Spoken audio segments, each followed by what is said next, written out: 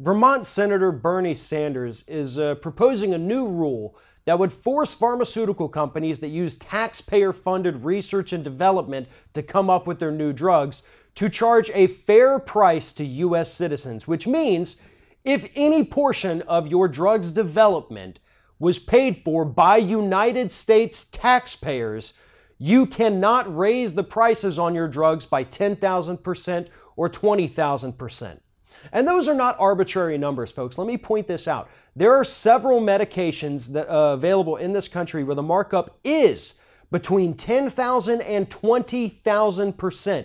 A lot of pain medications and life-saving heart medications, Lipitor, great example, have markups within that range. Some are actually over 20,000%.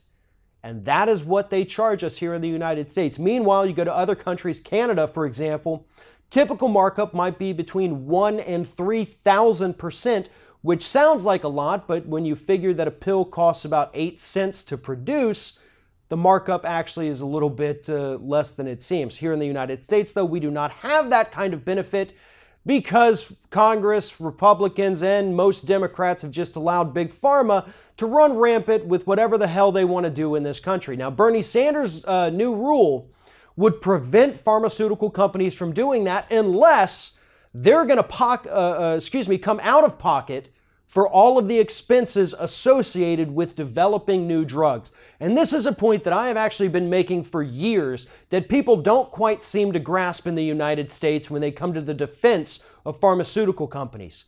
We, American taxpayers, are paying for most of that research to develop these new life-saving drugs.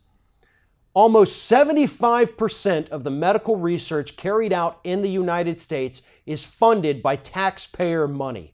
Bernie Sanders understands that, and so he's trying to prevent American consumers from having to pay for our pharmaceuticals basically twice, the second time a hell of a lot more than the first time, because they're using our tax dollars to make it.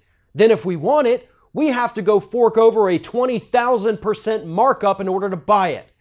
His rule will put an end to that, and according to a CBO score, it's going to save United States consumers billions of dollars every single year. And it's worth pointing out that the cost that pharmaceutical companies do spend out of pocket on development is recouped in its entirety within the first 2 years of a drug being introduced on the market. This is the kind of rule that we need in the United States. We have to put an end to this.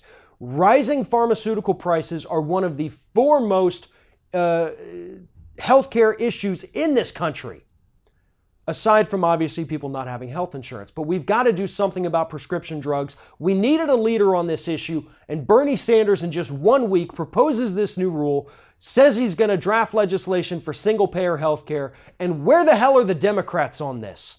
Bernie Sanders, as we all know, is an independent, and he is the one taking the lead on the issue. Democrats are talking a big game, but they're not writing legislation. They're not proposing new rules. They're just out there saying, we're going to fix it, we're going to fix it. Well, Bernie Sanders is one of the only people in Washington, D.C. actually trying to fix it. And he's not doing it because he's getting big money from pharmaceutical industries or healthcare companies. He's doing it to protect the American public and tell us that every one of us should be able to afford the same life-saving medication. You shouldn't be in the top 1% of income earners in order to buy your heart medicine that keeps you alive, or to buy your diabetes medication, or your EpiPens, or anything else. Those should be available to every one of us because all of us are paying for the research and the development of these drugs already. So it's unfair for any of us to be priced out of the system when we're basically funding the entire operation. Bernie Sanders wants to put a stop to it, and if the Democrats have any sense, they'll sign on to this immediately. If you like this video, make sure that you like, comment, and share, and most importantly, subscribe to our YouTube channel. And if you want to help support Ring of Fire, go to patreon.com/TheRingOfFire, become a monthly patron to help support independent progressive media.